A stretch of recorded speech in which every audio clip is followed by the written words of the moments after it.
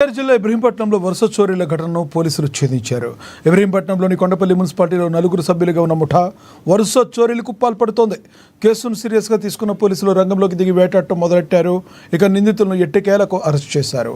నిందితుల నుంచి 12 లక్షల విలువైన బంగారం, 1.3 కేజీల వెండి, 50,000 రూపాయల నగదు స్వాధీనం చేసుకున్నారు. అయితే చోరీలకు పాల్పడుతున్న ముఠాలో విజయవాడ టీడీపీ మాజీ ఎంపీటీసీ కొడుకు ఉన్నట్లుగా తెలుస్తుంది.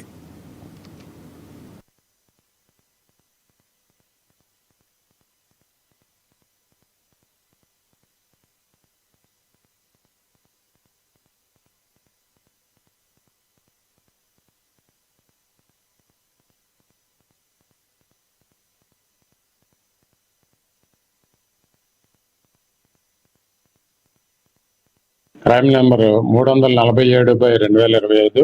ఆ కేసులో మా క్రైమ్ సిబ్బందికి క్రైమ్ ఎస్ఐ గారికి రాబడిన సమాచారం మేరకు కొండపల్లిలో శాంతినగర్ దగ్గర ఓల్డ్ వైన్ షాప్ వెనకాతల ఖాళీ స్థలంలో ఒక 3 వ్యక్తుల్ని అదుపులోకి తీసుకోవడం జరిగింది. వాళ్ళని విచారించి వాళ్ళ దగ్గర నుండి సుమారు 12 లక్షల రూపాయలు విలువ చేసే బంగారు ఆభరణాలు, 1 కేజీ వెండి, తర్వాత 50,000 రూపాయలు నగదు స్వాధీనం చేసుకోవడం జరిగింది. ఈ క్రమంలో వాళ్ళు చేసినటువంటి నేరాలు ఇంకా 347/2025 కాకుండా ఇంకా 3 నేరాలు చేసినట్లుగా ఒప్పుకోవడం జరిగింది. వాళ్ళని అరెస్ట్ చేసి చోరీ సొత్తుని స్వాధీనం చేసుకుని పోలీస్ స్టేషన్ తీసుకురావడం జరిగింది. ఇంకొక కేసులో క్రైమ్ నెంబర్ 357/2025 కేసులో ఒక ఇబ్రహీంపట్నం ఫెరీ డౌన్ లో ఒక ప్రతాప్ రెడ్డి అనే అతన్ని అదుపులోకి తీసుకోవడం జరిగింది. అతను కూడా ఒక కేసులో నేరం ఒప్పుకొని అతని దగ్గర నుంచి 300 గ్రాములు సిల్వర్, ఒక బైక్ స్వాధీనం చేసుకోవడం జరిగింది.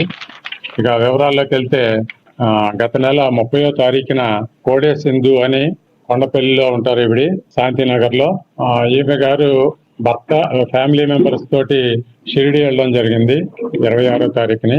మళ్ళీ తిరిగి 30వ తారీఖుని తిరిగి వచ్చేసరికి ఆవిడ ఇంట్లో వెనక డోర్ నుంచి ఎవరో గుర్తు తెలియని దొంగలు ప్రవేశించి ఐరన్ బీరువాలు, ఐరన్ సేఫ్ లో ఉన్నటువంటి గోల్డ్, తర్వాత సిల్వర్ దొంగతనం చేసినట్లుగా మాకు రిపోర్ట్ చేయడం జరిగింది. ఇమ్మీడియట్ గా మేము కేసు నమోదు చేయడం జరిగింది.